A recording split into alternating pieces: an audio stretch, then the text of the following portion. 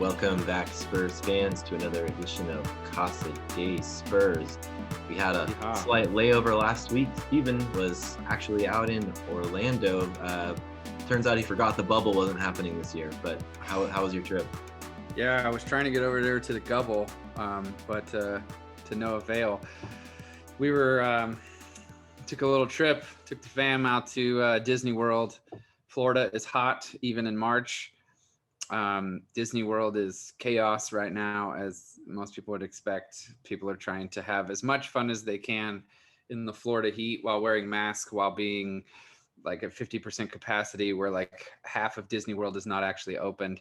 And here I am in dad mode, lugging around strollers and children and Mickey Mouse up to my eyeballs. So it was a fun trip. I enjoyed it, and I'm glad it's over. Good to be back on the pod with you, Trace.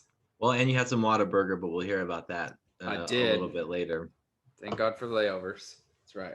Before the Whataburger segment, which is always the most important part of the show. Thank you, Whataburger. Spurs had an interesting week in basketball. Yeah. They sat pretty much everybody and barely lost to Milwaukee. And then they started some people and lost to the punchless Charlotte Hornets. I'm going to call them punchless because they were without LaMelo Ball. Yep. And then they went and hosted the Clippers for a back-to-back, and that was just beat down city. The second game, the Clippers, I don't even know who was starting for the Clippers in the second game. Some guy from they just found it shoot around. Yeah. I don't know. This is bad. Markieff, whichever one of the Morris brothers. Markieff, yeah. And then they turn around and finally, after the 4-game skid, they beat Chicago the other night to get back in the win column. They're hanging on to the play-in by the skin of their teeth right now, but they picked up Gorgui Deng, so that's an interesting move that they did after waiving Marquise Chris and buying out LaMarcus Aldridge's contract. Yeah. But back to basketball real quick. I mean, it was a tough week for me to really glean anything interesting about the San Antonio Spurs. You think, oh man, this team was a DeMar DeRozan away from beating the Bucks, and then you realize they're maybe not really a DeMar DeRozan away from beating anyone consistently, especially getting smoked by the Clippers for a couple games in a row. But any bright spots that made you happy at all this last week of Spurs basketball? I didn't see a whole lot of them, to be honest with you. We saw the rise and fall of Derek White. Spurs Twitter took to Derek White and was ready to sacrifice him to the basketball gods, to the point where the guy deactivated off of Twitter. We saw Lonnie Walker, who I think he's been battling a wrist injury for a while. So he finally took enough balls on it that they were like, why don't you just sit out for a while? And then of course, he got the world's most dramatic tribute, on Twitter from one of those little third party apps that was oh, rest in peace almost.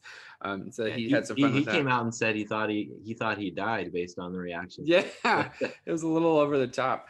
And then like you said, DeMar DeRozan was out for that Milwaukee stuff, dealing with the death of his father. And so they were kind of all over the map, so to speak. There wasn't a ton of bright spots other than I feel if there was one good takeaway, it was this team really is going to depend on DeJounte Murray a lot in the coming days, weeks, months.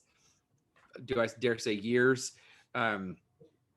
He's really the one guy that is proven to, the Spurs need bucket getters, Trace. You need a guy not guys that can hit open shots in the flow of an offense, or guys that can knock down a shot when you run a set play for them or something like that. You need guys that can go score whenever things are not going right, whenever the offense is a mess, whenever it's not your night. And DeMar DeRozan, we've banged the drum enough that he's kind of the guy that's needed for some of that in this phase of the Spurs system. But DeJounte has kind of been the only other guy that's really becoming that. Patty Mills is that for a bench unit. He can't do that for a starting unit, but he is that for a bench unit. So I guess the takeaway of all these awful losses that they had, where they really just reminded us all that they're probably at best a 7 seed, but they could very easily be an 11th seed if things go bad. But the one real strong takeaway was I feel like there was a good batch of play over the course of the last week, and it's been 2 weeks since we recorded, where we saw DeJounte Murray be a little bit of a bucket getter, a little bit of a guy that there were times where he stalled or the offense was stalled and he went and got a basket that was needed. He's still young though. He's still got lots of inconsistencies that come and go. He can be good for 3 games and then he can disappear for 2. And that's stuff that's he's going to have to grow through. And we talked about that about the beginning of the season. Like that's what the season is. The season was going to be about growth. And no matter how optimistic we might be about how good they might be, this is really what they are. They really are a young, inconsistent, who knows what they're going to do type team. Yeah, and I think the most consistent thing that's wrong with this team is like you said, is just like finding that offense. The defense has actually been like surprisingly solid this year.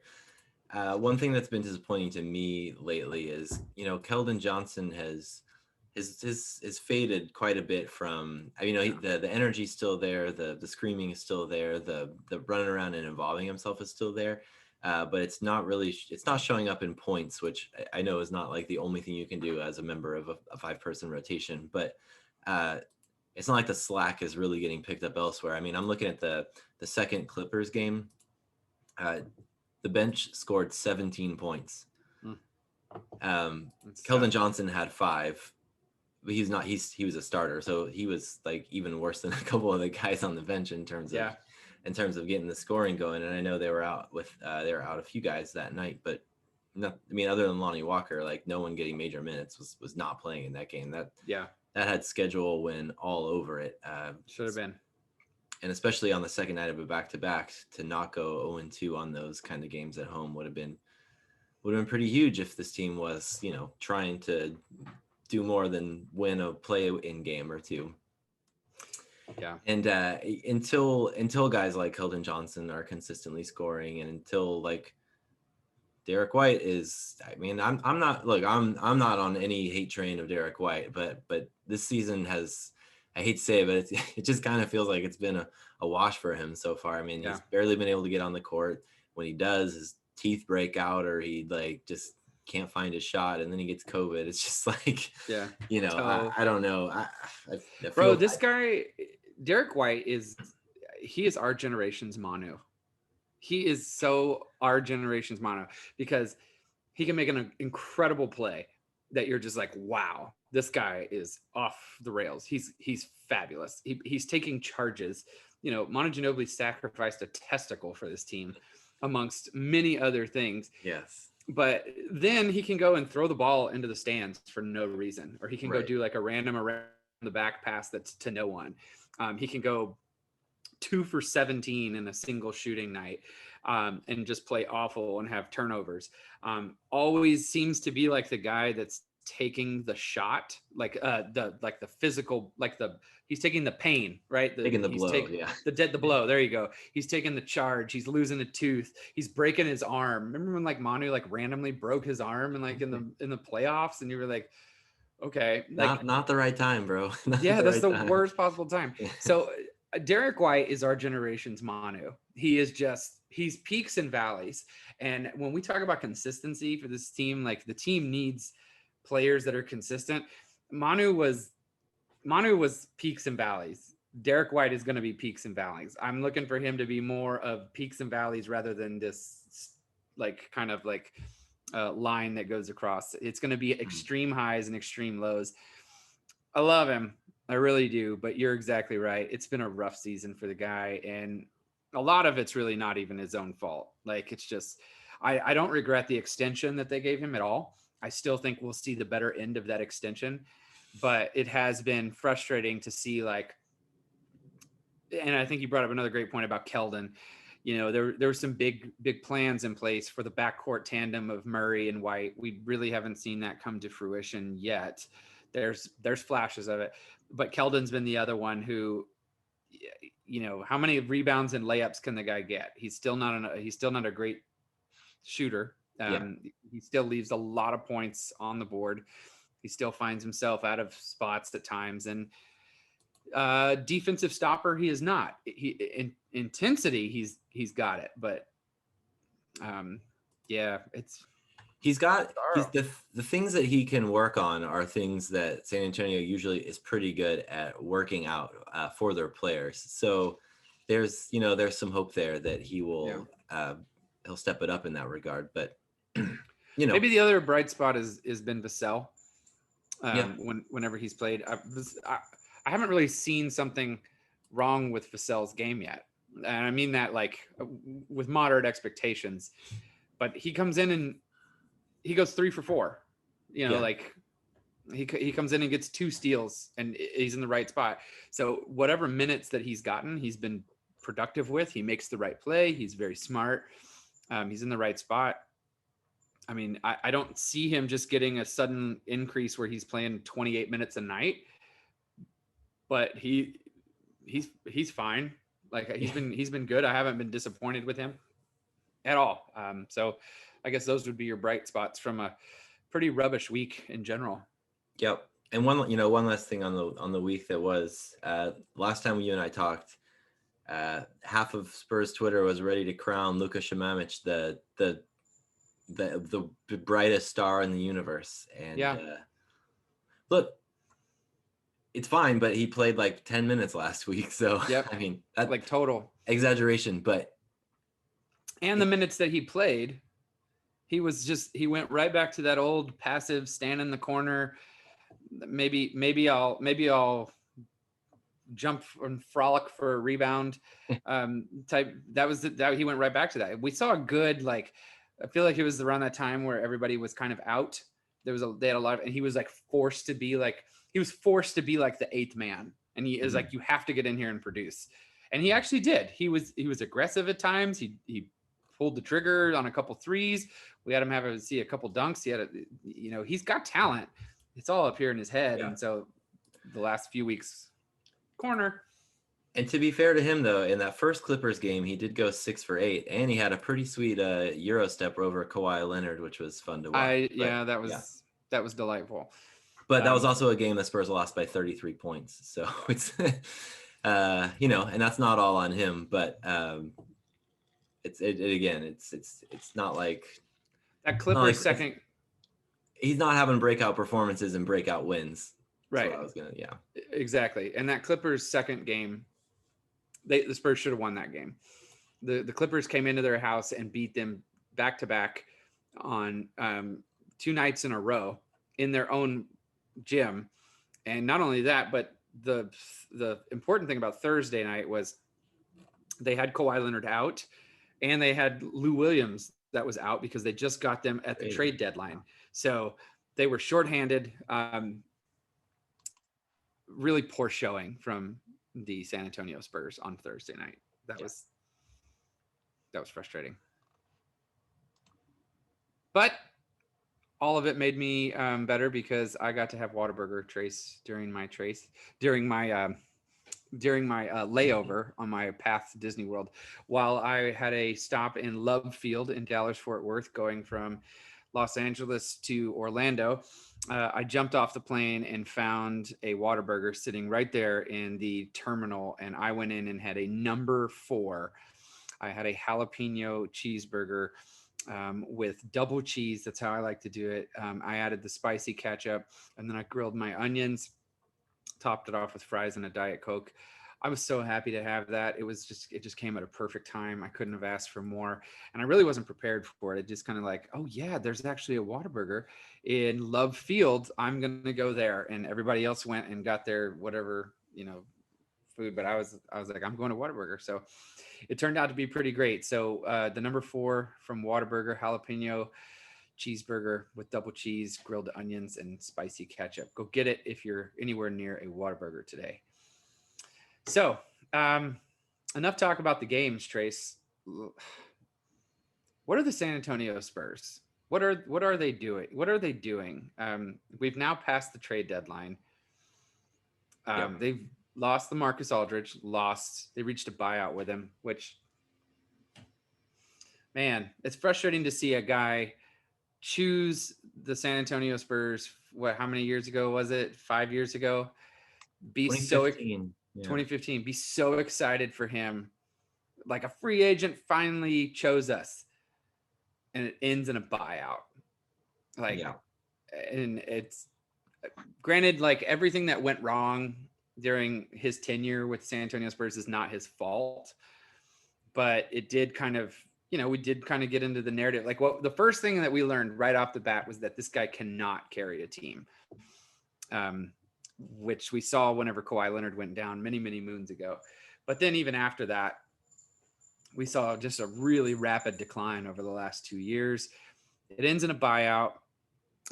They kind of respond and rejuggle, which I thought was probably their best signing that they've had, maybe like in the last 3 years, when they actually got Gorgui Deng off out of the buyout market. But maybe he's a short-term fix. Maybe you could bring him back for the long-term on a decent deal. But this team still lacks some direction, Trace. And they got DeMar DeRozan, that now is, a report came out today that the New York Knicks are going to be in avid pursuit of him.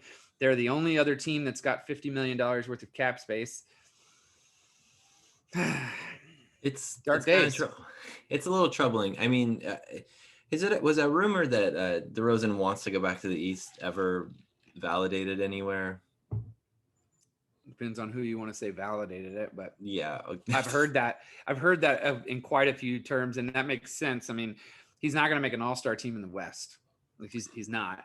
So no, it wouldn't surprise me. It makes sense that he would want to go back to the East. Yeah. So I guess, I mean, my question for the Spurs is, like, you clearly think you can build a team. Yeah. Like, there's no evidence that their plans really involve either trading into acquiring talent, like so many teams build their team, or being a hot free agent destination. Right now, like, I can't think of any top free agents that, let's assume that DeMar DeRozan's gone. I mean, like, who's lining up right now to play with Lonnie Walker, DeJounte Murray, Keldon Johnson, and Derek White? Yeah. I mean, like, as much as we love the guys, like, let's just be realistic. I mean, like, every other team in this league that wanted a superstar has figured out a way to get them on their team. Like, any team that's been in position to do that, right? Not even a superstar, a star. A star, yeah, even a star. Yeah. LA will never have a problem doing that. The player will want to come there. They'll find a way to shed the salary. It works out. San Antonio,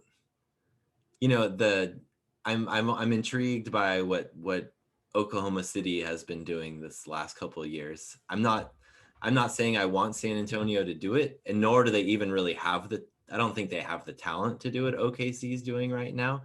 But, like, I'm very interested to see how that long-term plays out for them, because they, like San Antonio, will never be a destination that, like, all the top free agents want to come. I know Paul George signed there, and look what happened. Like, it all imploded like a year later, and now they're doing this thing.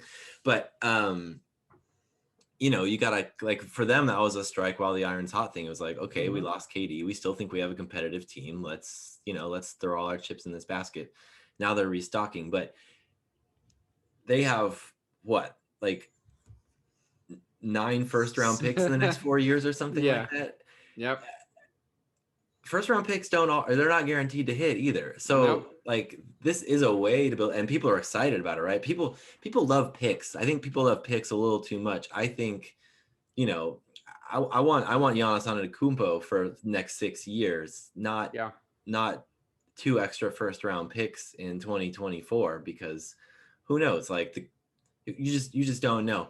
But Yeah. so anyway, roundabout way, getting back to this, I'm very curious to see how the Oklahoma City plan works out long term for the future and success of Oklahoma City basketball, because I don't know what else San Antonio is going to do at this point, short of finding more Manu Ginobili's in the second round, which you also like can't bank on. Like it Right. happened like 2 or 3 times, and like that was like lightning striking in a bottle for San Antonio. But like everyone always thinks, the Spurs always find this guy, and it's like Yeah. the guys they've found are not all like, I don't want to invoke the our boy Livio or anything, but like Livion, Yeah. I mean, sorry, it's just like more often than not, these are the guys that they find, and you only remember it because Manu Ginobili and Tony Parker ended up to be superstar basketball players for so long. Right. And like two things can be true here. Like you can praise the Spurs player development system all day long, and it's true. They maximize their talent that they find wherever. If they find it in the 19th pick of the draft, I mean, Lukas Šamanić is going to probably be better than. It would not be surprising if he is better than the 19th pick in the draft. Like he could end up there. They find guys in the second round that turn out to be better than where I think Trey Jones is going to be a very sustainable point guard in the NBA. He's going to be in the NBA for a while. The problem is you can depend a little bit more on your player development whenever you're putting them next to Hall of Famers. Like you can afford to take Manu Ginobili in the second round when you have Tim Duncan, who is like you draft him number 1 overall, and he's a Hall of Famer. What are the Pelicans doing right now with Zion? Like they drafted Zion Williamson, and they might not even make the play-in tournament. Right. You have Karl Anthony Towns and D'Angelo Russell on the Minnesota Timberwolves. They're going to miss the playoffs again. Like you have rosters all across the league that have first round talent. Everybody's saying like Cade Cunningham. The Spurs might draft Cade Cunningham number 1 overall, and they still might suck for 5 years. Like there's no guarantee that pairing the number 1 pick in the draft with the current roster as it is, that they're suddenly going to be good. And the Lakers have been in that situation too. They've drafted Julius Randle, Lonzo Ball, Brandon Ingram. Randle looks like a baller now, doesn't he? Yeah. And they shipped all those guys out because what worked? The superstars. Give me 2 superstars, LeBron James and Anthony Davis, and I don't care who you put with them. Alex Caruso. Alex Caruso and JaVale McGee, and we're going to go win a title. The resurgence of Dwight Howard. So, I mean, you can say like, well, that's LA, like they can get the market. LA was able to get those guys because of their market. There's other teams that just go out and get the guys. Like, I mean, Jimmy Butler has been moved how many times? Chicago, Minneapolis, Philadelphia, now Miami. Victor Oladipo has been moved around now. Eventually, the Spurs are going to have to do something here because I don't care how much we like Lonnie Walker and Keldon Johnson and DeJounte Murray, but you would have to be hit by lightning like 5 times for those guys to develop into all-star caliber players and be title contenders. Mm-hmm. I'm sorry. They're not going to be that. And maybe they won't be with DeRozan either. Like maybe DeRozan's not the answer. Maybe DeRozan and John Collins is not the answer. You can go out and sign all the guys you want to with your $50 million worth of cap space. But you're going to have to assemble a full-blown team. Otherwise, this is where they're going to be floundering. I think that's the part that people miss out, Trace. Yeah, we have such a strong culture of, winning with our guys. Yeah. These are our boys. And I don't even think that's entirely true. I mean, yes, Tim Duncan was our guy, and he was the foundation of every single team that won a championship in San Antonio. But would they get there without big shots from Steve Kerr, a free agent who joined San Antonio? Would they have gotten there without some huge shots and maybe a illegal hip check from Robert Horry in the mid-2000s?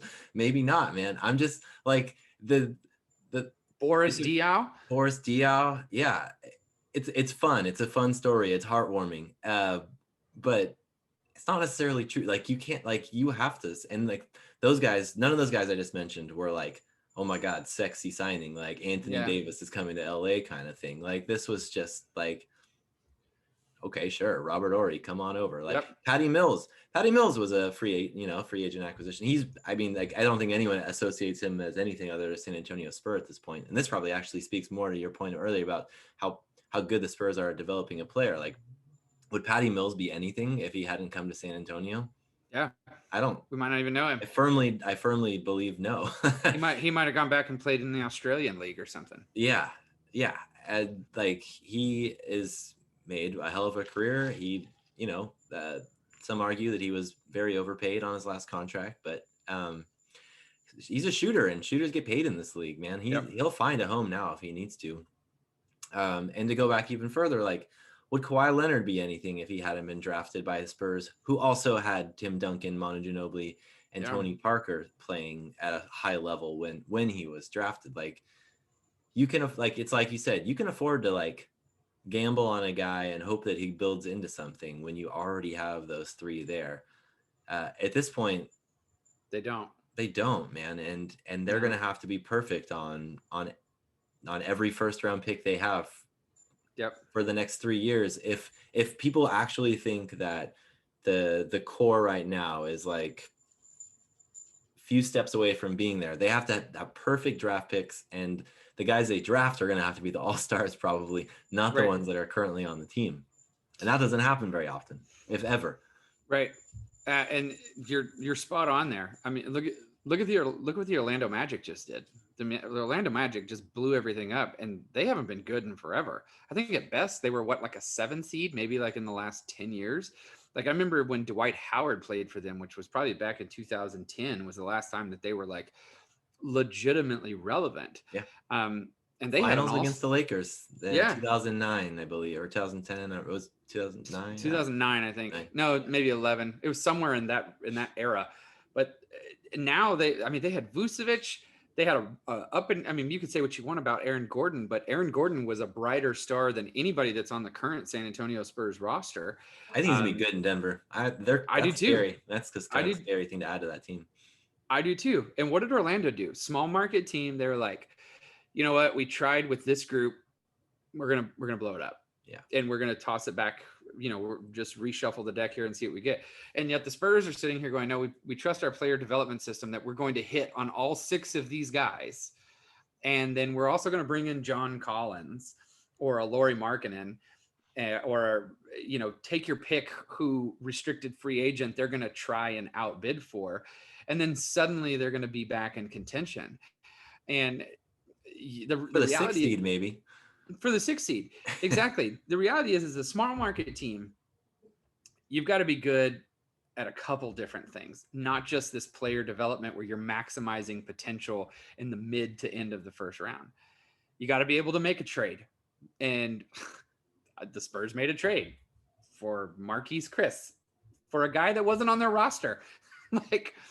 And cash considerations. Crafty. And it crafty. While they sit here and let a guy like LaMarcus Aldridge, who they should have traded 2 years ago. If you're in the DeMar camp, you're sitting here going, they should have traded him 2 years ago. Rudy Gay, they should have traded him at least a year ago.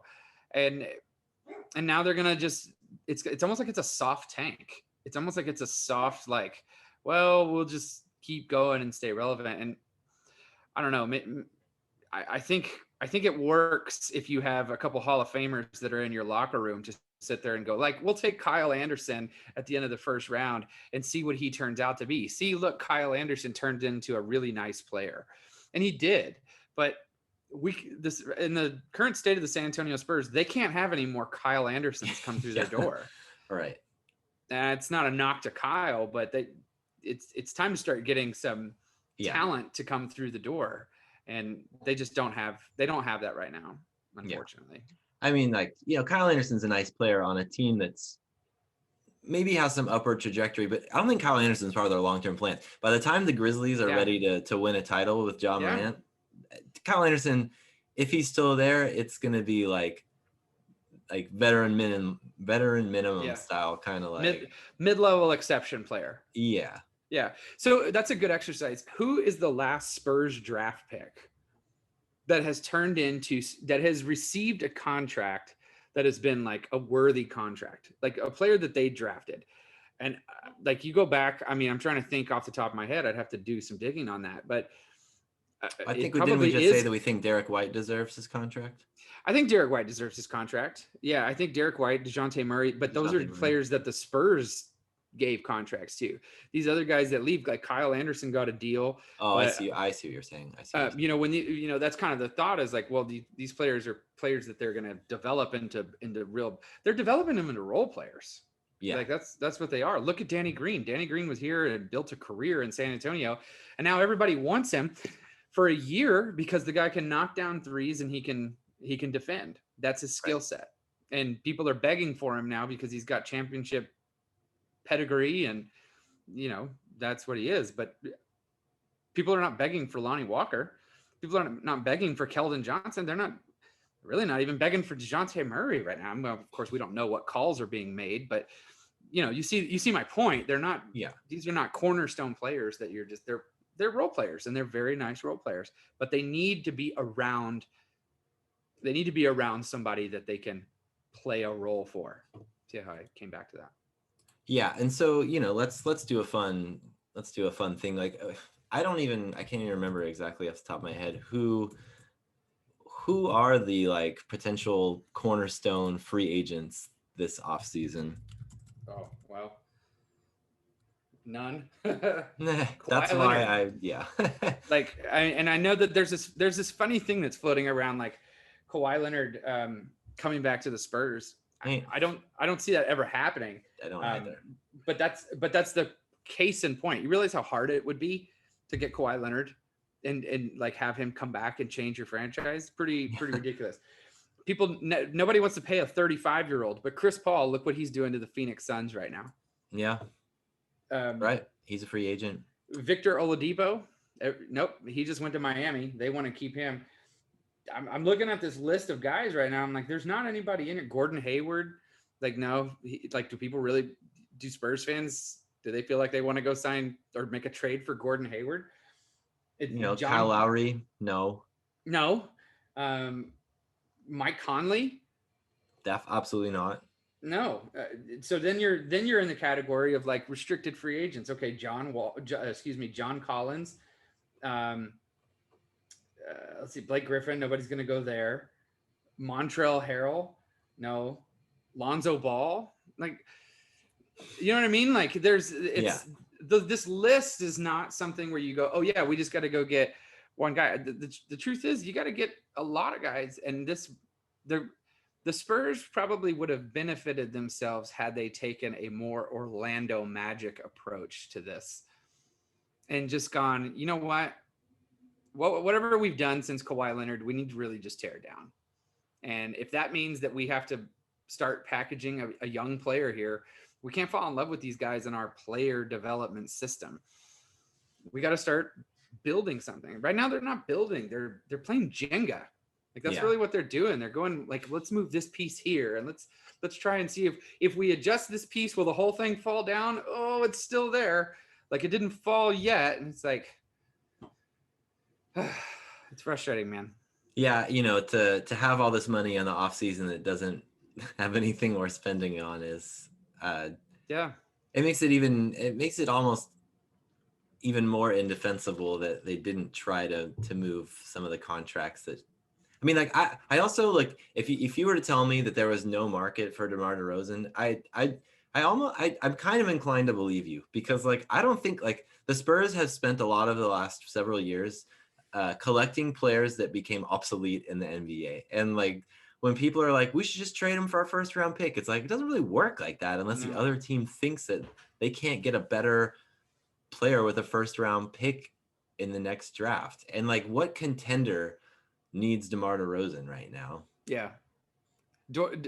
Boris Dio was fool's gold. And he was great in 2014, but it also put this idea in the Spurs' head that they can go get that savvy veteran that nobody else really wants. So what they do, they went and gave big money to Patty Mills. They gave big money to Pau Gasol. They gave money to Rudy Gay. They gave money to LaMarcus Aldridge. And every single one of those guys have went like this. They came in on year one and went. And they traded for DeMar DeRozan. And obviously I wasn't in those trade negotiations, but you would have maybe thought that if the Spurs, that you would think that trade, the Spurs thought we can replace Kawhi Leonard with DeMar DeRozan and still be like a top be a seed playoff kind of team. And they just weren't. I mean, other factors were certainly at play that season after the Kawhi trade, but like it's just not the reality of Kawhi Leonard was a superstar player who could change the course of any game at any point on offense and defense. DeMar DeRozan is a great scorer that is not always super efficient. Yeah. And can only change the game for the worse on the defensive end. Yep. And I love him. Yeah, but, I do too. Like, I mean, I'd pay him. Yeah. The thing about DeMar DeRozan is you want to keep DeMar DeRozan around, not because he's going to be you want him to be your Vucevic to the Chicago Bulls and hope that you find a Zach LaVine. Like that's what he's not going to be your cornerstone of your franchise, but you want to hold on to him and look at your other guys on your team. Now, this sounds bad because we all like the players, but you got to start looking at what can I get for packaging Derek White and Keldon Johnson? What can I get for packaging guys like DeJounte Murray and Lonnie Walker? What can I get for packaging a Lucas Shamanich and a Devin Vassell? You got to think like, all right, we really want to get competitive again. Like we got to start loving these players so much and start considering what value they will bring back. And I'm not saying you just trade all your young guys and keep DeMar DeRozan, but you're going to have to go get a player. Would you rather have had the DeMar DeRozan, Keldon Johnson, Jakob Poeltl package, or would you rather have Tobias Harris and 12 and 13 from the Clippers, which was basically Shai Gilgeous-Alexander?